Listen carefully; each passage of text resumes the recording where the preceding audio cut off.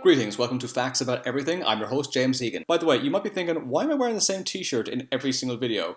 It's because my puppy has been asleep for about 4 hours, which is very rare. So I said to myself, I need to get as many videos as possible done, because once he's awake, I can't do any work. So I'm just blitzing this until he wakes up. The 31st person was Herbert Hoover. He was raised in a Quaker family. He was a self-made millionaire before he was 40. He was a mining engineer and owned silver mines. He famously said, "Older men declare war, but it is the youth that must fight and die." His nicknames were the Great Engineer and the Great Humanitarian. His slogan in the election was, "A chicken in every pot and a car in every garage."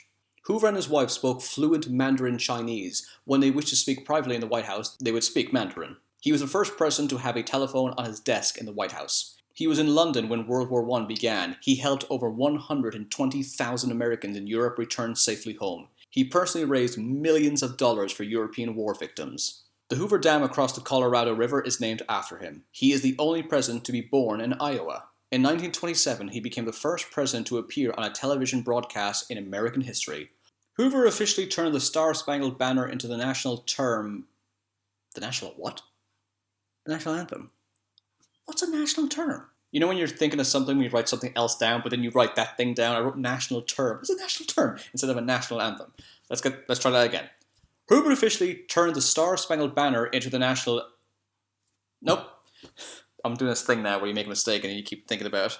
Hoover officially turned the Star-Spangled Banner into the national anthem on March 3rd, 1931. Get in. He was nominated for the Nobel Peace Prize 5 times, 1921, 1933, 1941, 1946, and 1964. Sadly, he never won. What a loser. During the Great Depression, over 1 million were homeless. They were put in shack towns known as Hoovervilles. He received 87 honorary degrees, which was a world record during his lifetime. There are 53 American schools named after Hoover. He lost his father when he was 6 and his mum when he was 9. He was in the very first class of Stanford University. 2 asteroids are named after Hoover, Herberta in 1935 and Hooveria in 1920. Hoover became president a year after the Great Depression. There could not have been a worse time to be president, as he got the blame for being incapable of fixing the financial crisis that swept the country. He tried his best to help Americans out of the Depression, but by the time the following election came up, unemployment was at a monumental 25%, and he was unsurprisingly removed from office. His dogs were called King Tut, Yochanan, Wheatley, and Gillette. He also had 2 pet alligators. To stay healthy, Hoover invented his own sport, Hooverball. It was a fusion of volleyball, tennis, and dodgeball, except the ball was the size of a medicine ball. Hoover was the football manager at Stanford.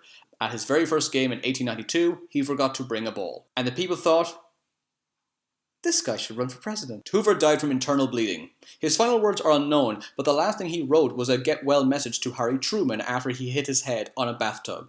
In his telegram, Hoover wrote, "Bathtubs are a menace to ex-presidents, for as you may recall, a bathtub rose up and fractured my vertebrae when I was in Venezuela on your world famine mission in 1946. My warmest sympathy and best wishes for your speedy recovery." Special thanks to these fine people for all their help. Be sure to subscribe to Facts About Everything. Follow me on Twitter for updates on upcoming videos. Check out my Facebook page to let me know what subjects you want me to talk about in the future. Thanks for watching, and I'll see you again.